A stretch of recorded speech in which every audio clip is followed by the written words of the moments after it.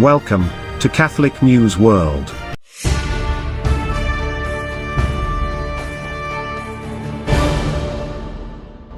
Welcome to Catholic News World.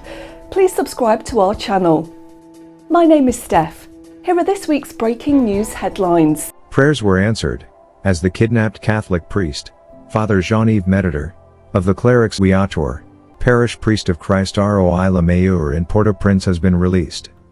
The news was announced by Father Nestor Fils-Aimé, Provincial Superior of Canada, and Father Dudley Pierre, Superior of the Viatorians in Haiti. "We learned that our brother was released last night," they said. "We thank all those who accompanied and supported us with their prayers during these 12 days of hell. We will continue to pray for all those who are being held hostage and awaiting the day of their release. We wish Father Jean-Yves a safe return. May the Lord strengthen him and help him to turn this painful page." Fides reports that Father Meditor was kidnapped on March 10, 2023 in Croix des Bouquets, on the outskirts of Port-au-Prince. Pope Francis invites everyone to join again in the consecration prayer to the Immaculate Heart of Mary for peace. He hopes that every believer renews the consecration every year on the 25th March. During the March 22 General Audience, Pope Francis invited everyone, again, to join in the consecration to the Immaculate Heart of Mary for peace. Pope Francis said, "Saturday will be the solemnity of the Annunciation of the Lord, and our thoughts turn to 25th of March last year, when, in union with all the bishops of the world, the Church and humanity, especially Russia and Ukraine, were consecrated to the Immaculate Heart of Mary. Let us not tire of entrusting the cause of peace to the Queen of Peace. I would therefore like to invite every believer and community, especially prayer groups, to renew every 25th of March the act of consecration to Our Lady, so that she, who is Mother, may preserve us all in unity and peace. And let us not forget, in these days, troubled Ukraine, who is suffering so much." The church with the tomb of the Virgin Mary was attacked with an attempt to harm the archbishop and priest. On Sunday, the 19th of March, two radical Israeli men reportedly entered the Church of Gethsemane in East Jerusalem, where the tomb of the Virgin Mary lies, and physically attacked an archbishop and two priests who were taking part in a religious service, while attempting to deface items in the church. Patriarch Theophilus III of Jerusalem urged for better protection of Christians in the Holy Land and their holy places.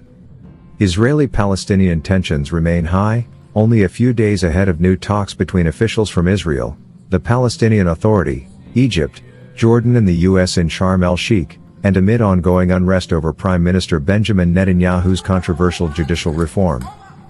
The two men were caught and held by the people present. The Orthodox Patriarchate released a statement.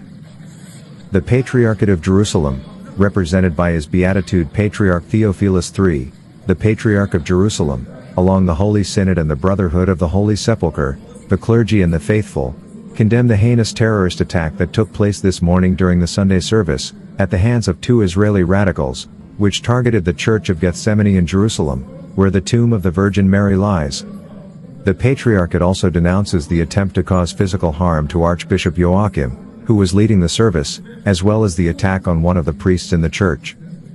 The Patriarchate deplores this atrocious crime, which came at the time of Lent preparations for the Easter celebrations and its traditional rituals, especially Holy Light Saturday, which has become a marker of seasonal suffering for Christians as a result of physical restrictions imposed by the authorities to prevent them from reaching the Church of the Holy Sepulchre to exercise their God-given right to worship. The Patriarchate also emphasizes that terrorist attacks, by radical Israeli groups, targeting churches, cemeteries, and Christian properties, in addition to physical and verbal abuse against Christian clergy, have become almost a daily occurrence that evidently increases in intensity during Christian holidays. This dismal situation hasn't drawn any appropriate reaction, locally or internationally, despite appeals, requests, and protests made by the churches of the Holy Land. It is painfully clear now that the authentic Christian presence in the Holy Land is in great danger. The Patriarchate affirms that attacks on Christian holy sites, properties, heritage, and identity constitute a violation of international law, which explicitly calls for the protection of religious sites in Jerusalem and emphasizes the need to respect this basic human right to worship freely.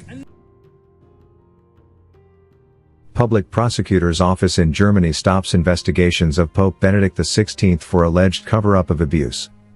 The Public Prosecutor's Office has announced the results of their investigation from the Munich abuse report that was published 1 year ago.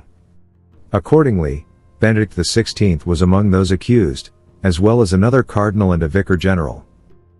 The Munich Public Prosecutor's Office has discontinued its investigations into church leaders in the Archdiocese of Munich and Freising in relation to abuse. This was announced by the authority on Tuesday at a press conference in Munich. Either the crimes were already time-barred or the responsible party could not be proven to have assisted. However, if those affected who have remained anonymous so far still report cases that are not statute-barred, investigations can also be resumed. The retired and now deceased Pope Benedict XVI was listed as a suspect by the Public Prosecutor's Office in their investigations into the Munich abuse report. In particular, it was checked whether a person in charge of the church could have aided and abetted a priest later committed, not yet statute-barred act of abuse through a personnel decision, said the public prosecutor. However, either no eligible main act can be proven or such would no longer have been prosecutable due to the statute of limitations, it said regarding Benedict.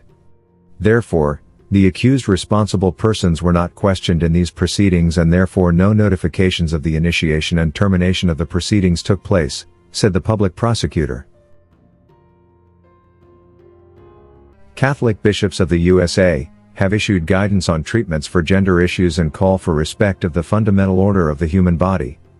The U.S. Conference of Catholic Bishops, USCCB, Committee on Doctrine, has issued a statement providing moral criteria to Catholic healthcare institutions for discerning which medical interventions promote the authentic good of the human person, and which are in fact injurious.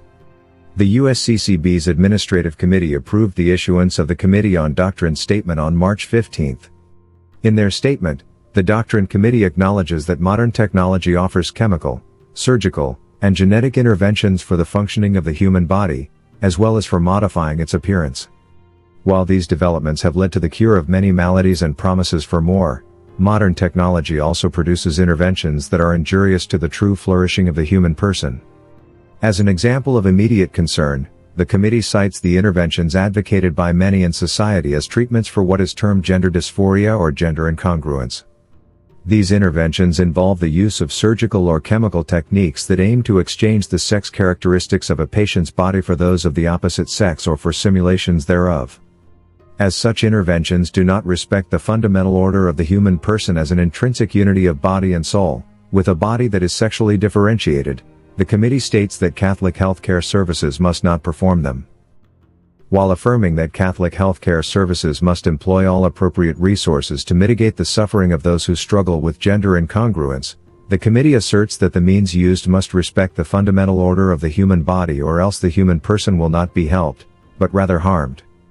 The committee's statement, which was developed in consultation with numerous parties, including medical ethicists, physicians, psychologists, and moral theologians, emphasized that Catholic healthcare services are called to provide a model of promoting the authentic good of the human person.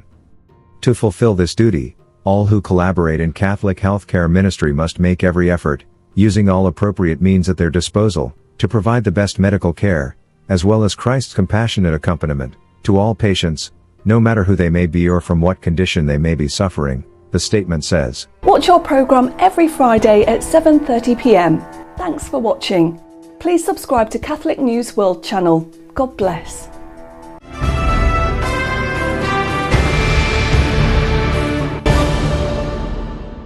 Please subscribe to Catholic News World's YouTube channel. Thanks and God bless.